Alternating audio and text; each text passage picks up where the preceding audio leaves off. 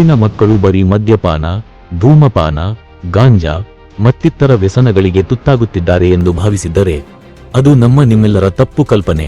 ಇವೆಲ್ಲದರ ಜೊತೆಗೆ ಅತಿ ಸುಲಭವಾಗಿ ಸಿಗುವ ವೈಟ್ನರ್ ಕೂಡ ಒಂದು ವ್ಯಸನವಾಗಿ ಮಾರ್ಪಟ್ಟಿದೆ. ಈ ಬಿಳಿ ವಿಷವನ್ನು ಮಾದಕ ವಸ್ತುವಿನ ರೀತಿಯಲ್ಲಿ ಬಳಸುತ್ತಿದ್ದು ತಡೆಯುವುದು ಹೇಗೆ ಎಂದು ಪೊಲೀಸರಿಗೂ ಕೂಡ ತಲೆನೋವಾಗಿದೆ. ವೈಟ್ನರ್ ಬರೀ ತಪ್ಪು ಬರೆದದ್ದನ್ನು ಪೇಪರ್ ಮೇಲೆ ಅಳಿಸುವುದು ಮಾತ್ರ ಅಲ್ಲ, ನಮ್ಮ ಮೆದುಳಿನಿಂದ ನೆನಪಿನ ಶಕ್ತಿಯನ್ನು ಕೂಡ ಅಳಿಸುತ್ತದೆ. ವೈಟ್ನರ್ನಲ್ಲಿ ಟೋಲ್ಯೂನ್, ಟ್ರೈಕ್ಲೋರೋಈಥೇನ್, ಜೈಲಿನ್, ಅಸಿಟೋನ್, ಇಥೈಲ್ ಮಿಥೇನ್ ಕಿಟೋನ್ ಮತ್ತಿತರ ಸಾಲ್ವೆಂಟ್ಗಳು ಇರುತ್ತವೆ. ಇವೆಲ್ಲದರ ಜೊತೆಗೆ ಅಂಟುವ ಸಾಮರ್ಥ್ಯಕ್ಕಾಗಿ ಆಕ್ರೈಲಿಕ್ ಮತ್ತು ವಿನೈಲ್ ರೆಜಿನ್ಗಳು ಮತ್ತು ಟೈಟಾನಿಯಂ ಆಕ್ಸೈಡ್ ಎಂಬ ವಿಷವನ್ನು ಬಿಳಿ ಬಣ್ಣಕ್ಕಾಗಿ ಹಾಕುತ್ತಾರೆ. ಮಕ್ಕಳು ಪೋಷಕರಿಗೆ ಗೊತ್ತಿಲ್ಲದಂತೆ ಸಾಮಾನ್ಯವಾಗಿ ಎರೆಸರ್, ವೈಟ್ನರ್, ನೈಲ್ ಪಾಲಿಶ್, ಸೀಮೆಎಣ್ಣೆ, ಪೆಟ್ರೋಲ್ ಇತ್ಯಾದಿಗಳಿಂದ ಹೊರಸೂಸುವ ವಾಸನೆಗಳಿಗೆ ವ್ಯಸನಿಗಳಾಗಿರುತ್ತಾರೆ. ಇನ್ನು ಮಕ್ಕಳು ಮೊಬೈಲ್ ನೋಡುವಾಗ ಅವರ ಮೆದುಳು ತನ್ನ ಕಾರ್ಯವೈಖರಿಯನ್ನು ಕಳೆದುಕೊಳ್ಳುತ್ತದೆ. ಈ ಎಲ್ಲ ವ್ಯಸನಗಳಿಂದ ಮಕ್ಕಳಲ್ಲಿ ಮಾನಸಿಕ ದೌರ್ಬಲ್ಯಕ್ಕೆ ಕಾರಣವಾಗುತ್ತದೆ.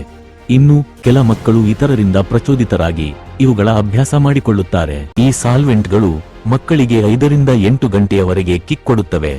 ಮಕ್ಕಳಲ್ಲಿನ ನಿದ್ರಾಹೀನತೆ ಮತ್ತು ಕೆಟ್ಟ ಸ್ವಭಾವಗಳಿಗೆ ಕೂಡ ಈ ವ್ಯಸನ ಕಾರಣ. ವರ್ತನೆಯಲ್ಲಿ ಬದಲಾವಣೆ, ಕೆಲಸಗಳಲ್ಲಿ ಅನಾಸಕ್ತಿ, ಹಸಿವಿನ ತೊಂದರೆ, ತೂಕ ಇಳಿಕೆ ಮತ್ತು ಆಟಪಾಠಗಳಲ್ಲಿ ಬದಲಾವಣೆ, ಶಾಲೆಯಲ್ಲಿ ಅನುತ್ತೀರ್ಣರಾಗುವುದು, ಮಾತನಾಡುವಾಗ ತೊದಲುವುದು, ಸುಸ್ತು, ಬಾಯಿ ಮತ್ತು ಮೂಗಿನಲ್ಲಿ ತುರಿಕೆ ಅಥವಾ ಗುಳ್ಳೆಗಳಾಗುವುದು, ಮೂಗು ಸೋರುವುದು ಇವು ಮೂಗಿನ ಮುಖಾಂತರ ಸೇವಿಸುವ ವಸ್ತುಗಳ ವ್ಯಸನಗಳ ಲಕ್ಷಣಗಳಾಗಿವೆ. ಸಿಗರೇಟ್ಗಳು, ಆಲ್ಕೋಹಾಲ್ ಮತ್ತು ಬರಿಸುವ ಔಷಧಗಳ ವ್ಯಸನಕ್ಕೆ ತುತ್ತಾಗುವ ಮೊದಲು ಮಕ್ಕಳು ಈ ವ್ಯಸನಕ್ಕೆ ತುತ್ತಾಗುತ್ತಾರೆ. ಇದರ ಪರಿಣಾಮವಾಗಿ ಮೂತ್ರಕೋಶ, ಪಿತ್ತಕೋಶ ಮತ್ತು ಶ್ವಾಸಕೋಶಗಳನ್ನು ಈ ಸಾಲ್ವೆಂಟ್ಗಳು ಹಾಳು ಮಾಡುತ್ತವೆ. ಈ ವ್ಯಸನದಿಂದ ಆರೋಗ್ಯ ಹದಗೆಟ್ಟು ಟಿಬಿ, HIV, ಅಸ್ತಮಾ, ಬ್ರಾಂಕೈಟಿಸ್, ನೆಗಡಿ ಮುಂತಾದ ನರರೋಗಗಳಿಗೆ ತುತ್ತಾಗುವ ಸಾಧ್ಯತೆ ಇದೆ.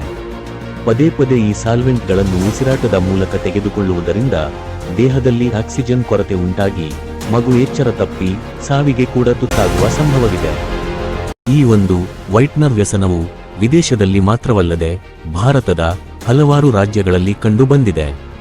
ಉತ್ತರ ಪ್ರದೇಶ, ಮಧ್ಯಪ್ರದೇಶ, ಮಹಾರಾಷ್ಟ್ರ, ದೆಹಲಿ, ಕೇರಳ, ಕರ್ನಾಟಕ ಮುಂತಾದ ರಾಜ್ಯಗಳಲ್ಲಿ ಇದು ಹೆಚ್ಚಾಗಿ ವರದಿಯಾಗಿದೆ.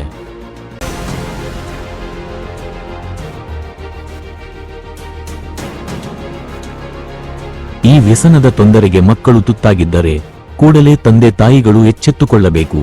ಮನೆಯಿಂದಲೇ ವೈಟ್ನರ್ ಹೊರಗಟ್ಟಿ ಮತ್ತೆ ವೈಟ್ನರ್ ತರಬಾರದು. ಮಕ್ಕಳಲ್ಲಿ ಪೋಷಕರು ಆಪ್ತ ಸಮಾಲೋಚನೆ ಮಾಡಬೇಕು.